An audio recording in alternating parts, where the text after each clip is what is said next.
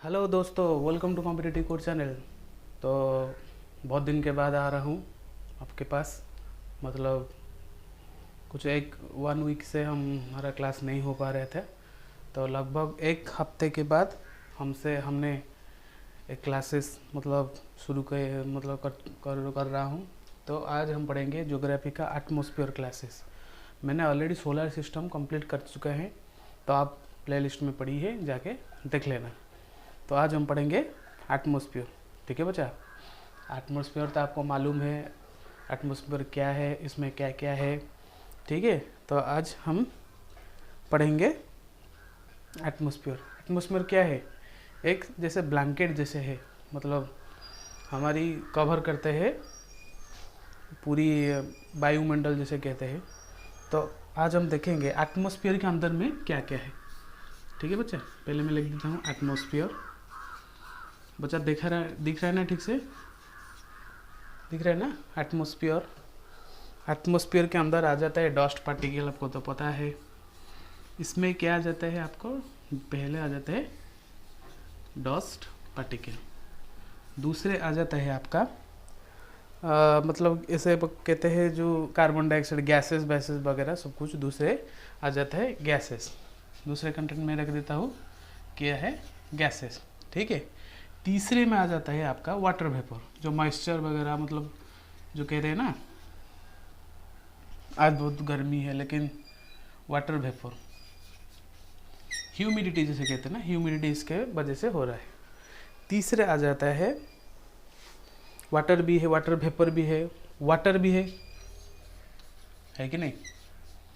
ये तो water vapour मतलब ये मॉइस्चर के वगैरह में, ये मॉइस्चर की चीज़ मतलब जो ह्यूमिडिटी हो रही है, वाटर भी है कि नहीं बच्चा? वाटर भी है। ये ना, ये जो मैंने चार लिखा है, ये एक ब्लैंकेट की तरफ से, एक जैसे ब्लैंकेट की तरफ से ये एटमॉस्फेयर को घेर रहा है कि नहीं? जो डस्ट पार्टिकल है, इसके वजह से जो टिंडल इफेक्ट है, पता है ना आपको? टिंडल इफेक्ट आपके घरों में जो स्काईलाइट वगैरह होते हैं, ऐसे जो मतलब जो किरणें आते हैं, मतलब सूर्य का जो लाइट आता है, वैसे वैसे जो चमकता है, जो डस्ट पार्टिकल डांस करते हैं ना, इसलिए जो स्काईलाइट की वजह से जो लाइट आता है, एंटर करता है रूम से, वो जो डस्ट पार्टिकल डांस करते हैं उसको टिंडल इफेक्ट कहते हैं। तो ये डस्ट पार्टिकल की वजह से टिंडल इफेक्ट हो रहा है। गैसेस तो आपको प्रमुख आपको पता है, नाइट्रोजन गैसेस हमारे एटमॉस्फेयर में ज़्यादा है, उसके बाद कार्बन डाइऑक्साइड गैस, ऑक्सीजन, सब कुछ इधर मिल जाता है। और वाटर, आई थिंक जो वाटर का मात्रा होता है 0.012 to 0.5%। ठीक है, 0.5 है। ठीक है बच्चा, 0.012 to 0.5% है। ठीक है, ये सब कुछ इधर मिल जाता है। तो आपका नेक्स्ट आता है वाटर वेपर। इसके वजह से आपका वाटर वेपर की वजह से इसको मिटा देता हूँ। ठीक है, आज का हमारा तो प्रमुख चैप्टर एटमॉस्फेयर है, पता है। जो वाटर वेपर की वजह से वेदर डिसाइड होते हैं, जो हमारा वाटर वेपर है, इसके वजह से वेदर मतलब कब बारिश होगा, कब इतना ज़्यादा मतलब धूप होगा, ये सब कुछ डिसाइड होता है।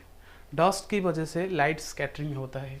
डस्ट मैंने पढ़ाया था आपको, डस्ट में है, डस्ट की वजह से आपका लाइट स्कैटर हो रहे हैं, ये तो आपको पता है। और स्काई इज ब्लू, मतलब स्काई नीले, डस्ट की वजह से स्काई हमारा जो नीली दिखते हैं, ब्लू दिखते हैं। और डस्ट की वजह से फॉग, कोहरा भी होता है, फॉग भी होता है। ठीक है बच्चा, सीख लिया ना? नेक्स्ट आता है गैसेस के वजह। पूरा कॉन्सेप्ट दे रहा हूँ आपको, ठीक है? जिसको समझ में नहीं आ रहा है एक बार और मैं फिर से समझाऊंगा, लेकिन वीडियो को थोड़ा पीछे करके देख लेना। ठीक है बच्चा, नेक्स्ट आता है गैसेस की वजह से क्या क्या हो रहा है। जो गैसेस तो एटमॉस्फेयर में मौजूद है कि नहीं, उसके वजह से क्या क्या हो रहा है कि डेंसिटी ऑफ स्पेशल, मतलब गैसेस तो आपको पता है, ऑक्सीजन हमारे रेस्पिरेशन काम में यूज होता है, कार्बन डाइऑक्साइड ज़्यादा होता है, मतलब कार्बन डाइऑक्साइड ऑक्सीजन लेते हैं, कार्बन डाइऑक्साइड छोड़ते हैं। नाइट्रोजन चिप्स पैकेट में, चिप्स के मतलब, और हवाई जहाज और गाड़ी के टायर में नाइट्रोजन गैसेस यूज होते हैं। ठीक है बच्चा, ये सब गैसेस आपको वाटर में पता चल जाएगा, वाटर वेपर भी पता चल जाएगा। जो वाटर वेपर है, एक बात और, वाटर वेपर जो ये तो ह्यूमिडिटी में मेजर होता है, उसको मेजर करने के लिए कितना ह्यूमिडिटी है, कितना ये सब चीज़ है, उसको हाइग्रोमीटर की वजह से, एक हाइग्रोमीटर है, उसके ज़रिए वाटर वेपर को मेज़र किया जाए है। ठीक है, चलिए हमने लेयर पढ़ेंगे।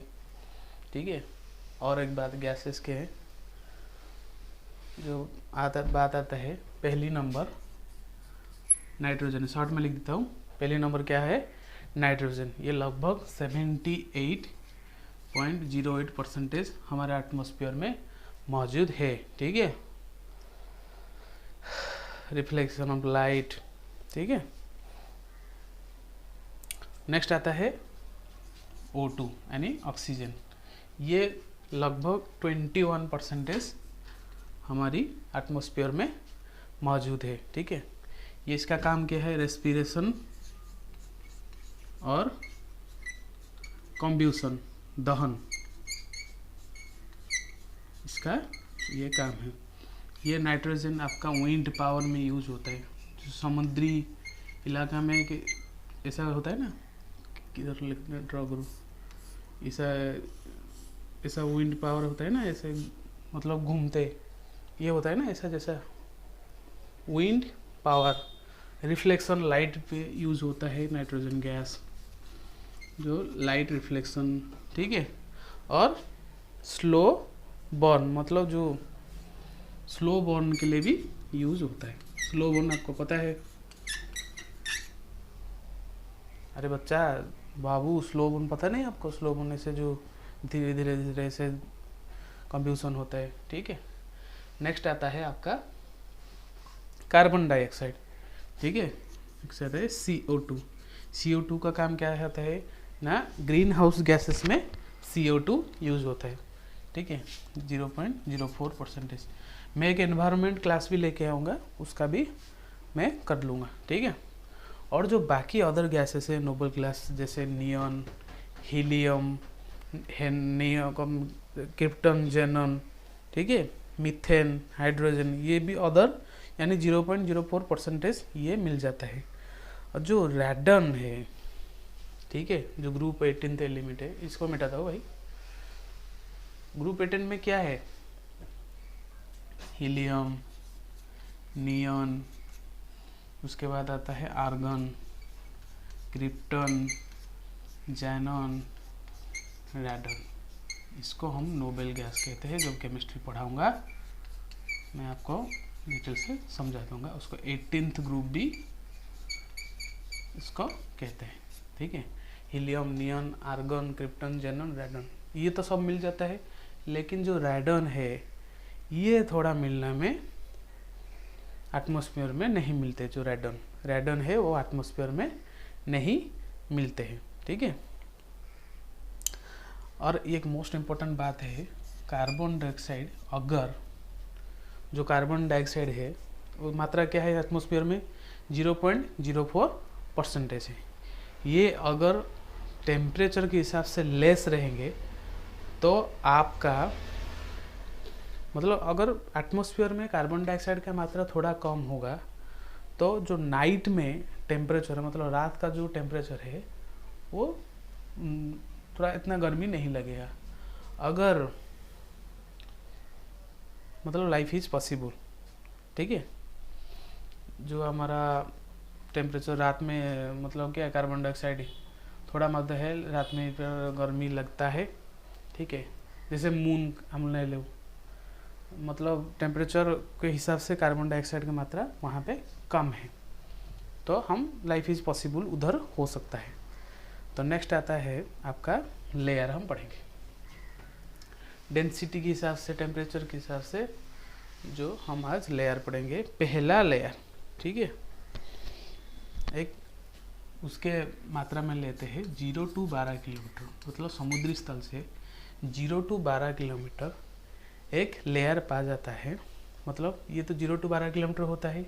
इक्वेटर से 16 किलोमीटर, इक्वेटर से, इक्वेटर आपको पता है 16 किलोमीटर, और पोल से आपका, जो पोल से आपका 8 किलोमीटर ऊपरी एक लेयर पा जाता है, उसको कहते हैं ट्रोपोस्फियर। उसको क्या कहते हैं? ट्रोपोस्फियर। आ गया बात समझ में? ट्रोपोस्फियर किसके कहते हैं? ये अकेला 75% एटमॉस्फेयर कवर करता है।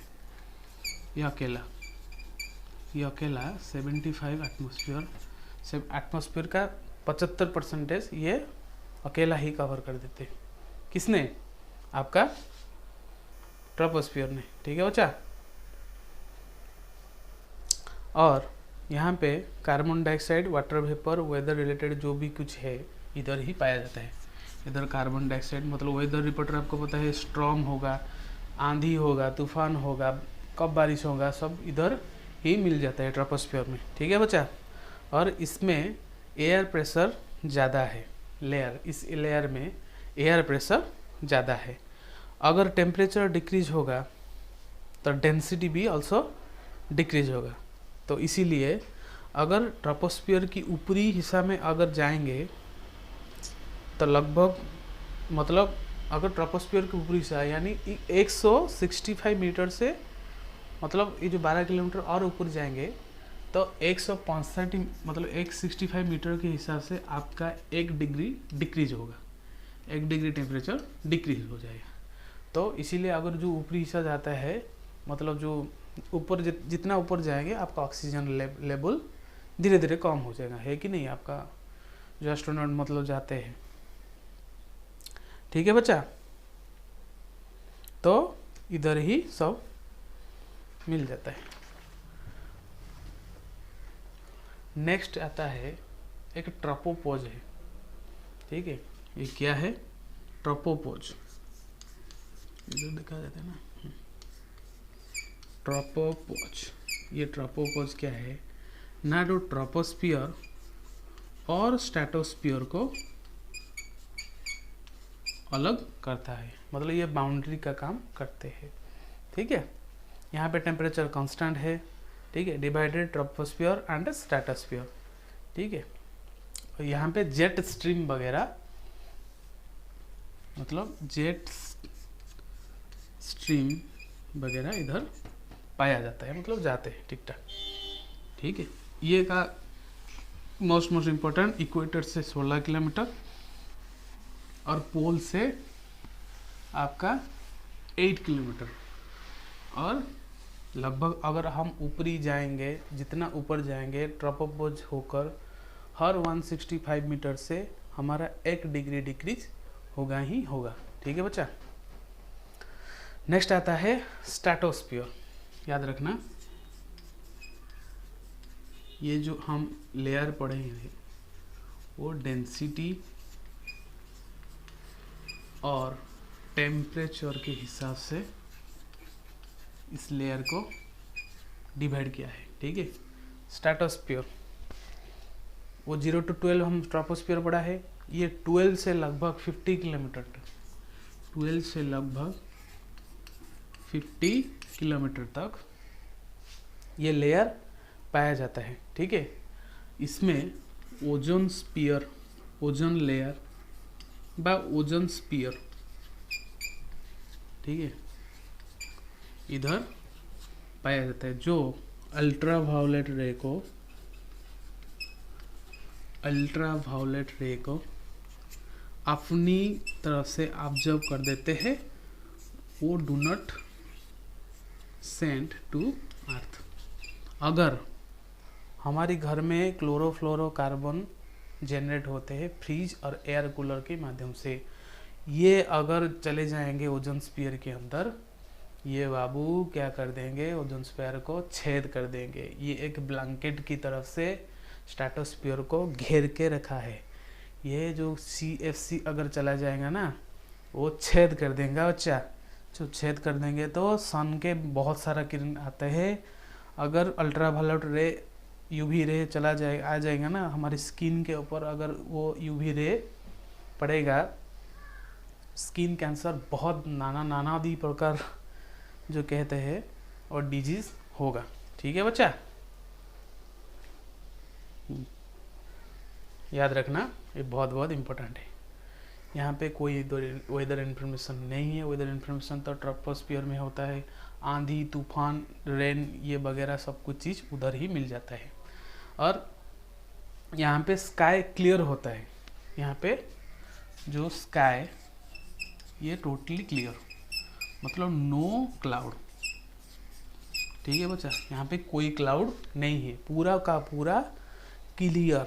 ठीक है बच्चा, यहाँ पे जेट, एरोप्लेन, अगर आपकी मतलब गवर्नमेंट जॉब हो जाएगा एरोप्लेन में, भगवान करो ऐसा ही हो, गवर्नमेंट जॉब निकल जाएगा, एरोप्लेन में बैठेंगे तो आप देखेंगे आप थोड़ा क्लाउड, ये मान लो ये क्लाउड, ये एरोप्लेन ऐसे ही जाएंगे। ठीक है, आपकी पिछले मतलब नीचे वाला क्लाउड ही होगा, तो आप क्लाउड के ऊपर और क्लाउड के आसपास ही चले जाएंगे। तो यहाँ पे एरोप्लेन, जेट वगैरह, जेट स्ट्रीम कहाँ पे पाया जाता है, ट्रोपोपोज में। इधर एरोप्लेन उड़ते हैं। ठीक है, यहाँ पे एरोप्लेन, जेट वगैरह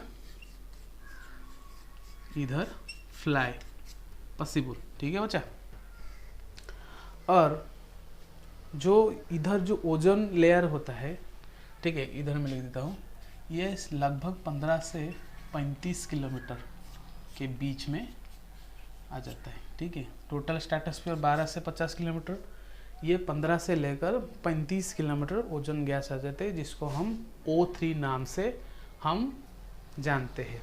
उसका काम क्या है कि अल्ट्रावायलेट रे को वो ऑब्जर्व करेंगे ताकि पृथ्वी को नहीं छोड़ेंगे। ठीक है बच्चा, और 0 से 32 किलोमीटर तक आपका एटमॉस्फेयर, 0 से, इधर ही लिख देता हूँ, नहीं दिखेगा, इधर ही लिख देता हूँ। ठीक है बच्चा, 0 से 32 किलोमीटर तक आपका एटमॉस्फेयर यहीं से 99% ख़त्म।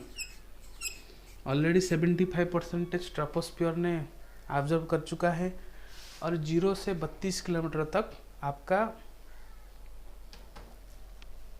एटमॉस्फेयर ऑलरेडी ओजोन स्फीयर से लगभग थोड़ा ऊपरी हिस्सा आपका ख़त्म हो चुका है। ठीक है बच्चा, तो नेक्स्ट आ जाता है नेक्स्ट लेयर, मीजोस्फीयर। ठीक है बच्चा, ये बहुत बहुत इंपॉर्टेंट है, यहीं पे क्वेश्चन आ जाएगा, तो आप थोड़ा ध्यान रखना। ठीक है, नेक्स्ट आता है मीजोस्फीयर। मीजोस्फीयर नेक्स्ट आता है आपका मीजोस्फीयर। अक्षर में मत जाओ, मेरा अक्षर इतना ख़राब है, तो मैं जो बोलता हूँ आप थोड़ा सुन के लिख लेना। ठीक है, यहाँ पे जो क्लाउड मतलब जो एटमॉस्फेयर है, और लगभग तो 99% एटमॉस्फेयर ऑलरेडी हो चुका है। जब यहाँ पे जो वायुमंडल है वो थोड़ा कोल्डी है, मतलब कोल्डर, मतलब ठंडी एरिया है। ठीक है बच्चा, यहाँ पे टेम्परेचर डिक्रीज होता है। जब कोल्ड होता है तो टेम्परेचर माइनस में होता है कि नहीं, लगभग ये सही बात है। तो यहाँ का टेम्परेचर हमेशा कोल्डर होता है। ठीक है बच्चा, ये एक ही बात है। ठीक है, यहाँ पे मेटेराइट्स, ये याद रखना, यहाँ पे मेटेराइट्स पाया जाता है। ठीक है, याद रखना, ये बहुत बहुत इंपॉर्टेंट है।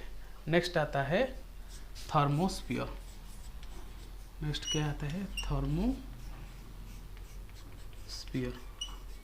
ठीक है बच्चा, थर्मोस्फीयर आ जाता है। ये लगभग 80 से 550 किलोमीटर तक ये कवर है थर्मोस्फीयर। ठीक है बच्चा, यहाँ पे क्या होता है कि ये हमेशा डाउन लेयर है, मतलब निचली हिस्सा है थर्मोस्फीयर। ठीक है, ये क्या होता है कि आयन्स फॉर्म होते हैं। आयन्स क्या है? जो पॉजिटिव आयन, नेगेटिव आयन, आपको अगर केमिस्ट्री पढ़ाऊंगा मैं आपको बता दूंगा पॉजिटिव आयन क्या, नेगेटिव आयन क्या है। इधर ही प्रोड्यूस होते हैं पॉजिटिव आयन, नेगेटिव आयन, इधर ही प्रोड्यूस होते हैं।